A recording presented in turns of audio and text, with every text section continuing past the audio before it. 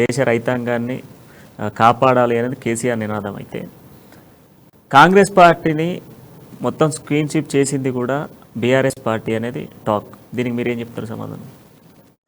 ఇక్కడ 119 సీట్లు ఉన్నాయి.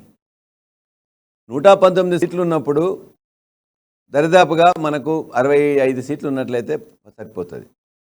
కానీ ఒకప్పుడు కాంగ్రెస్ పార్టీ, ఈనాడున్న బీజేపీ కూడా మనకి అలా పవర్లో కొద్దిగంత ఏమాత్రం కొద్దిగంత తక్కువ ఉన్నా కూడా దగ్గర ఇప్పుడు 65-70 ఉన్నా కూడా దీన్ని ఎట్లయినా చేసి డిస్టర్బ్ చేయాలని చెప్పేసి పవర్తోని ఈనాడున్న బీజేపీ ప్రభుత్వం చాలా దుర్మార్గంగా ఆలోచిస్తున్నది. అంతకుముందున్న కాంగ్రెస్ ప్రభుత్వం కూడా చేస్తున్నది. అంటే ముఖ్యమంత్రి గారు ఇవాళ ఎవరైతే పార్టీలుగా వచ్చి జాయిన్ అవుతారో మనం చేర్పించుకున్నాం, చట్ట ప్రకారం ఏ విధంగా చేయాలనో చేసుకున్నాం.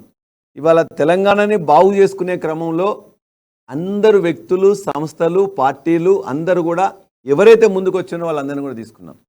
చాలాసార్లు మేము అడిగినాం, సార్ మీరు వాళ్ళు తిడుతున్నారు కదా, ఇవాళ కూడా తిట్టిండ్రు కదా, వాళ్ళు మళ్ళీ పార్టీలోకి వస్తుంటే ఎందుకు సార్ అని చెప్పేసి అడిగేది. ఎవరిని తిట్టిండ్రా అన్నాడు. సార్ మిమ్మల్ని తిట్టిండ్రా, మరి నన్ను తిడితే నాకు లేదు నీకెందుకు అని చెప్పేసి కూడా అన్నారు. అంతేకాకుండా ఎందుకు అంతగా అంటే పంటి బిగున బాధను భరిస్తూ కూడా అని చెప్పేసి చెప్పుకోవచ్చు.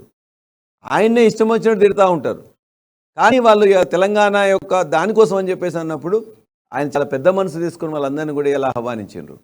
ఇప్పుడు వాళ్ళందరూ కూడా ముఖ్యమంత్రి గారిని తిట్టి తప్పు చేసిన వాళ్ళు ఫీల్ అవుతుంది తప్ప నువ్వు ఎందుకు తిట్టినావని ఎప్పుడు కేసీఆర్ గారే. కాబట్టి ఒక సుస్థిరమైన పాలన కోసం తెలంగాణలో వీళ్ళని ఎవరిని డిస్టర్బ్ చేయవద్దని కోసం ఇలా 104 మంది ఎమ్మెల్యేలు 119లో 7 ఖచ్చితంగా మా మిత్రపక్షం అనే చెప్పుకోవచ్చు. వారు గెలిచినా కూడా 111 మంది దేశంలో ఎక్కడా లేదు. 34 మంది 40 మందిలో ఎమ్మెల్సీలు, 32కి 32 జెడ్పీ చైర్మన్లు. ఇవాళ 141లో దరిదాపుగా 132 మంది మున్సిపల్ చైర్మన్స్, కార్పొరేషన్ చైర్మన్స్. అద్భుతమైన వెర్డిక్ట్ అనేది ఇలా బీఆర్ఎస్ పార్టీకి వచ్చింది. ఆ యొక్క సుస్థిరత కోసమే కేసీఆర్ గారు ఏ నిర్ణయం తీసుకున్నా, అది కాంగ్రెస్ పార్టీ కావచ్చు, బీజేపీ కావచ్చు, ఎవరు వచ్చినా చట్టబద్ధంగా మా దానిలో చేసుకోవడానికి మాకు హక్కు ప్రకారం, రాజ్యాంగం ప్రకారం, చట్టం ప్రకారం తెచ్చుకుంటాం.